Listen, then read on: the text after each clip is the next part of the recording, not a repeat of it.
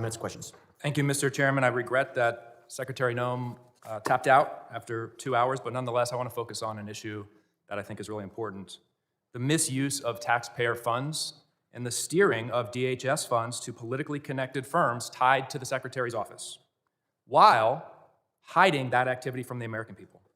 Secretary Noem has been criticized by members of her own party and by the Trump administration for being slow and ineffective when Americans actually need her help. Republican Senator Tom Tillis said she was, quote, slow off the mark in getting disaster aid out the door. A senior administration official recently told Politico that there was, quote, some fishy stuff going on with money at DHS. And the veto authority she handed to Corey Lewandowski over contracts and grants has delayed life-saving resources after disasters. So when it comes to helping disaster victims, she's been slow and ineffective. But when it came to spending money on her own image and then funneling that money to her friends and her political allies, she moved with remarkable speed. According to reporting by ProPublica, DHS obligated $220 million for an advertising campaign featuring her in staged, phony border imagery and featuring pictures of President Trump's private properties.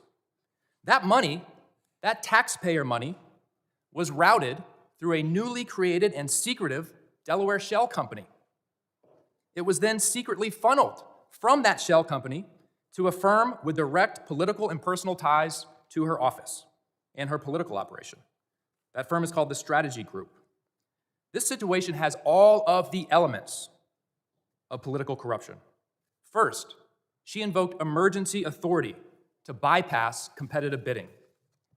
Second, she concealed the true destination of the money by routing it through a shell company, a red flag in any corruption investigation. Third, the firm that actually did the work, that filmed her attempting to herd cattle, has documented political and personal ties to the Secretary and her senior leadership.